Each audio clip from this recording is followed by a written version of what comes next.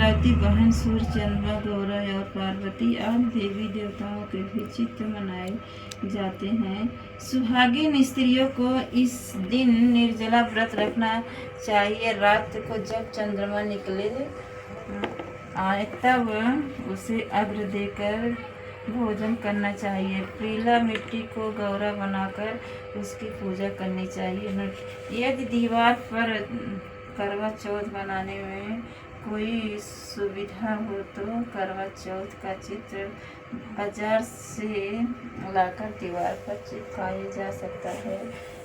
एक साहूकार था, उसके 7 बेटे और 1 बेटी थी। 7 भाई और बहन एक साथ बैठकर भोजन करते थे। एक दिन कार्तिक के चौथ का व्रत आया तो भाई बोला कि बहन आओ भोजन कर ले।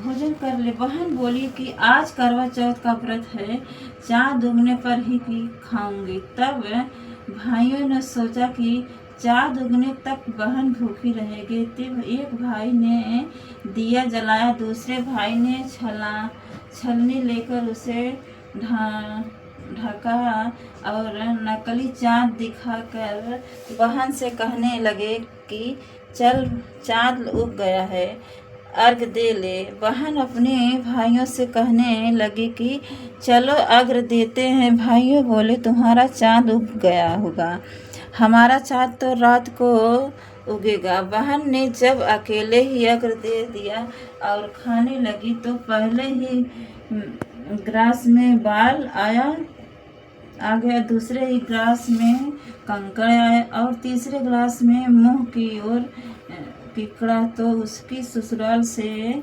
संदेश आया कि उसका पति बहुत बीमार है, जल्दी भेजो।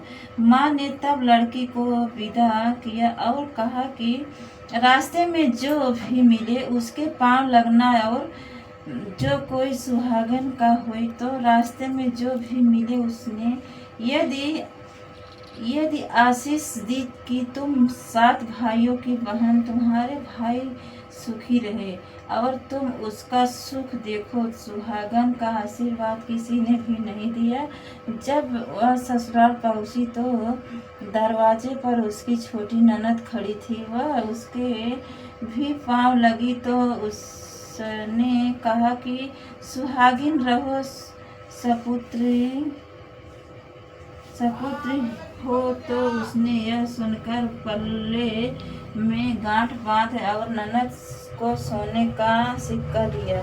तब भीतर गई तो सास ने कहा कि पति धरती पर पड़ा है, तो वह उसके पास जाकर उसकी सेवा करने के लिए बैठ गई। बाद में सास ने दासी के हाथ बची खुची रोटी भेज दी। इस प्रकार से समय बीतते मृगशीर्ष की चौथ आई तो चौथ माता बोली करवा ले भाइयों की प्यारी बहन, करवा ले। लेकिन जब उसे चौथ माता नहीं दिखाई दी तो बोली कि माता अपने ही मुझे उजाड़ तो आप ही मेरा उद्धार करोगी, आपको मेरा सुहाग देना पड़ेगा। तब उस चौथ माता ने बताया कि मेरा चौथ वैशाख करोगी, आपको मेरा सुहाग देना पड़ेगा। तब उस चौथ माता ने बताया कि पोष की चौथ आएगी, वह मेरे से बड़ी है, उसे ही सब कहना, वही तुम्हारा सुहाग वापस देगी।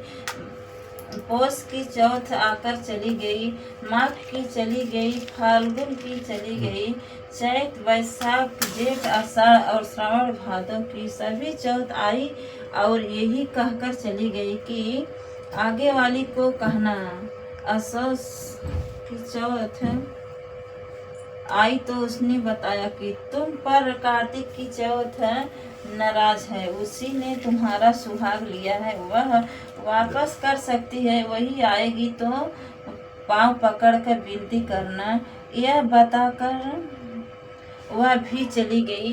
जब कार्तिक की चौथ आई तो वह गुस्से में बोली, भाइयों की प्यारी करवा ले, दिन में चाँद